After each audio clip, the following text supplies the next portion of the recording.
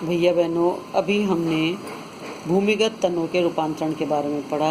अब हम पढ़ेंगे अर्धवायवीय तनों के रूपांतरण या modification of subaerial stems. ये जो तने होते हैं ये कमज़ोर होते हैं, ये सीधे खड़े हो नहीं हो सकते। इन तनों का कुछ भाग भूमि के ऊपर वायु में और कुछ भाग भूमि के मिट्टी की सतह पर या मिट्टी के भीतर होता है। यानी कुछ भाग तो इनका मिट्टी के अंदर रहता है और कुछ भाग ऊपर रहता है। तना होते हुए भी इनका कुछ भाग अंदर और कुछ भाग बाहर रहता है, इसलिए इन्हें सब अर्धवायवीय या सब एरियल स्टेम्स कहते हैं। ये कई प्रकार के होते हैं। इसमें सबसे पहले हैं ऊपरी भूविस्तारी या रनर। ये मिट्टी की सतह पर वृद्धि करते हैं। इनकी पर्व संधियों से नोड्स से वायवीय शाखाएं और अपस्थानिक जड़ें निकलती हैं। अपस्थानिक जड़ें एडवेंटिशियस रूट्स निकलती हैं, जैसे दूब घास और खट्टी बूटी में। ये देखिए, ये मिट्टी है, ये दूब घास लगी हुई है, ये मिट्टी है। ये सारी जो ये डॉट डॉट दिखाई दे रहा है ये मिट्टी है, और ये मिट्टी की सतह पर इस तरह से वृद्धि करते हुए चले जाते हैं। इसमें ये जो गांठें दिखाई दे रही हैं ये नोड्स हैं। इन नोड से नीचे की ओर जड़ें या एडवेंटिशियस रूट्स निकल आती हैं और ऊपर की ओर शाखाएं निकल आती हैं, जिससे कि ये वृद्धि करते चले जाते हैं, जैसे कि दूब घास में होता है। आपने सुना होगा दूबड़ा जिसे कहते हैं दूब घास, उसी में इस तरह का पाया जाता है रनर। दूसरा है भूविस्तारी या सकर। इसमें मुख्य तना भूमि के अंदर होता है, परंतु पर्व संधियों से उत्पन्न शाखाएं वृद्धि करके भूमि से बाहर निकल आती हैं तथा भूमि में इनकी वृद्धि क्षैतिज होती है। ये कुछ समय तक वायवीय वृद्धि कर मुड़कर जमीन को छूते हैं, जैसे कि पुदीना या मिंट और चमेली में। ये देखिए, ये वाले हैं।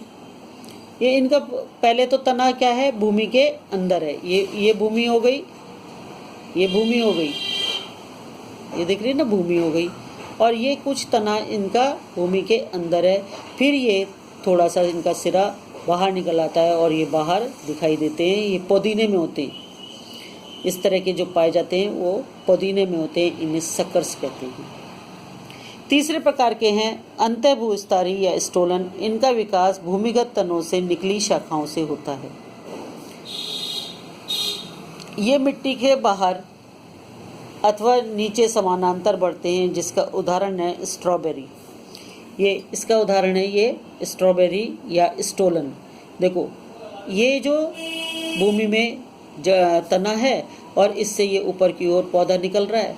फिर इसकी ये जो शाखा है थोड़ी सी आगे भूमि के समानांतर बढ़ी, फिर ये भूमि के अंदर चला गया, ये नीचे, यहाँ से फिर जड़ें निकली, फिर ये भूमि के ऊपर आ गया, फिर ये यहाँ से चला, और यहाँ से जहाँ से ये नीचे चला जाता है वहाँ से ऊपर की ओर पत्तियाँ निकल आती हैं। ये जो भाग है इसे हम स्टोलन कहते हैं, स्टोलन या अंतःभूविस्तारी कहते हैं।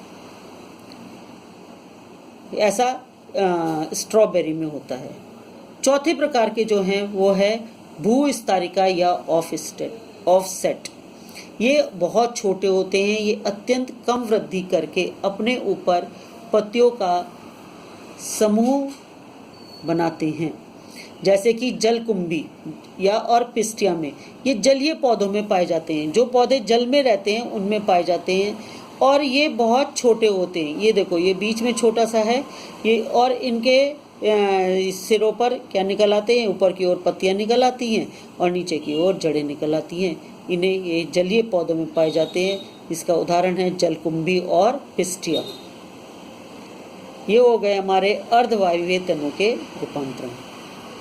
और अब चलते हैं वायवीय तनों के रूपांतरण या मॉडिफिकेशंस ऑफ एरियल स्टेम्स। बहुत सारे पौधों के तने के वायवीय भाग कुछ विशेष कार्यों के लिए रूपांतरित हो जाते हैं, जिसमें पहला है पर्णकाय स्तंभ या फिल्लोक्लेड, और इसी के साथ है पर्णाभ पर्व या क्लैडोड। कई बार तना क्या होता है, चौड़ा हो जाता है। ये आपने नागफनी का पौधा तो देखा होगा, ये नागफनी के पौधे अधिकतर मरुस्थलीय भागों में उगते हैं, मरुस्थल जहाँ पर की पानी की कमी होती है। पत्ती के द्वारा वाष्पोत्सर्जन की क्रिया होती है। हमने 10वीं में पढ़ा है कि वाष्पोत्सर्जन की क्रिया होती है। पत्ती में स्टोमेटा पाए जाते हैं, रंध्र पाए जाते हैं, जिनसे पानी जो होता है वाष्प बनकर उड़ता रहता है। अब ये क्योंकि पौधे मरुस्थल में उगते हैं, तो यदि इनसे पानी वाष्प बनकर उड़ता रहेगा तो इनमें पानी की कमी हो जाएगी। उस कमी को रोकने के लिए इनकी जो पत्तियां होती हैं वो कांटों के रूप में परिवर्तित हो जाती है। ये कांटों के रूप में परिवर्तित हो गई। और जो ये जो ग्रीन कलर के हमें ये ऐसे दिखाई देते हैं, इन्हें हम कैक्टस भी कहते हैं, नागफनी भी कहते हैं। ये जो ग्रीन कलर के चौड़े चौड़े दिखाई देते हैं, ये तना होता है। तना जो होता है वो चौड़ा हो जाता है और मासल हो जाता है, मोटा हो जाता है, जो पानी को संचय करके रखता है। और पत्तियां इनसे वाष्पोत्सर्जन की क्रिया ना हो, इसलिए ये कांटों में परिवर्तित हो जाती है। अब पत्तियों का एक काम और होता है कि वो प्रकाश संश्लेषण की क्रिया करती है, अपना भोजन फोटोसिंथेसिस की क्रिया करते हैं, अपना भोजन स्वयं बनाते हैं जिस क्रिया के द्वारा। अब जब पत्तियां कांटों में परिवर्तित हो गई तो भोजन कौन बनाएगा? प्रकाश संश्लेषण की क्रिया या फोटोसिंथेसिस कौन करेगा? इसे पूरा करने के लिए ये जो तना है ये चौड़ा हो जाता है और पत्ती का रूप धारण कर लेता है और ये ग्रीन कलर का हो जाता है। इसमें क्लोरोफिल आ जाता है जिससे ये ग्रीन कलर का हो जाता है और तब ये तना प्रकाश संश्लेषण या फोटोसिंथेसिस की क्रिया करता है। ऐसे तनों को पर्णकाय स्तंभ या फिल्लोक्लेड कहते हैं। दूसरे इसी में एक और होते हैं जिन्हें क्लैडोड या पर्णाभ पर्व कहते हैं। इनमें भी पत्तियां जो होती हैं वो बिल्कुल पतली पतली बहुत छोटी हो जाती हैं और इसमें केवल एक ही पर्व संधि पाई जाती है, पर्व संधि या नोड पाई जाती है, जिससे ये पत्तियां निकलती हैं, जिससे कि अधिक से पानी की हानि को रोका जा सके। दूसरे प्रकार के होते हैं तना प्रतान। तना प्रतान या स्टेम टेंड्रिल। तने के प्रतान जो कक्षीय कलिका से निकलते हैं पतले और कुंडलित हो जाते हैं। ये देखिए, ये अंगूर की बेल है जिसमें ये इस तरह की ये मुड़ी हुई रचनाएं दिखाई दे रही हैं। ये इस तरह की ये मुड़ी हुई रचनाएं दिखाई दे रही हैं। ये जहाँ से कक्षीय कलिकाएं, मैंने बताया था एक्सिलरी बर्ड्स या कक्षीय कलिकाएं वहाँ से निकलती, जहाँ से पत्तियाँ निकलती, वहाँ पर वे जो होती हैं वे किस में परिवर्तित हो जाती हैं? इन प्रतान या टेंड्रिल्स में परिवर्तित हो जाती हैं। ये जो मुड़ी हुई रचना है इसे प्रतान या टेंड्रिल कहते हैं। और ये देखा होगा कि हम किसी को सहारे, ये तने जो होते हैं वो कमज़ोर होते हैं, वो सीधे नहीं खड़े हो सकते, तो ये जो तने हैं वो किसी के सहारे, कोई डंडा या कोई दूसरे पौधे का तना जो होता है उस पर ये इन प्रतान के सहारे लिपट जाते हैं और धीरे धीरे उसके सहारे ऊपर चढ़ते चले जाते हैं। ऐसे तनों को तना प्रतान कहते हैं और ये अधिकतर कद्दू, लौकी, खीरा, खरबूजा इनमें पाए जाते हैं। अंगूर में भी ये पाए जाते हैं। और इसके बाद है लास्ट तना कंटक। तना कंटक या स्टेम थॉर्न, कंटक कहते हैं थॉर्न को। तने की कक्ष कलिका अथवा शीर्षस्थ कलिका कांटों में परिवर्तित हो जाती है, जैसे कि नींबू में, बेल में, बोगनविलिया में, पूनस में।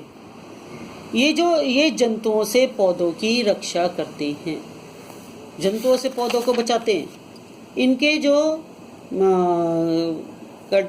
बर्ड्स होती हैं वो कांटों के रूप में परिवर्तित हो जाती है, ये कांटों के रूप में परिवर्तित हो जाती है।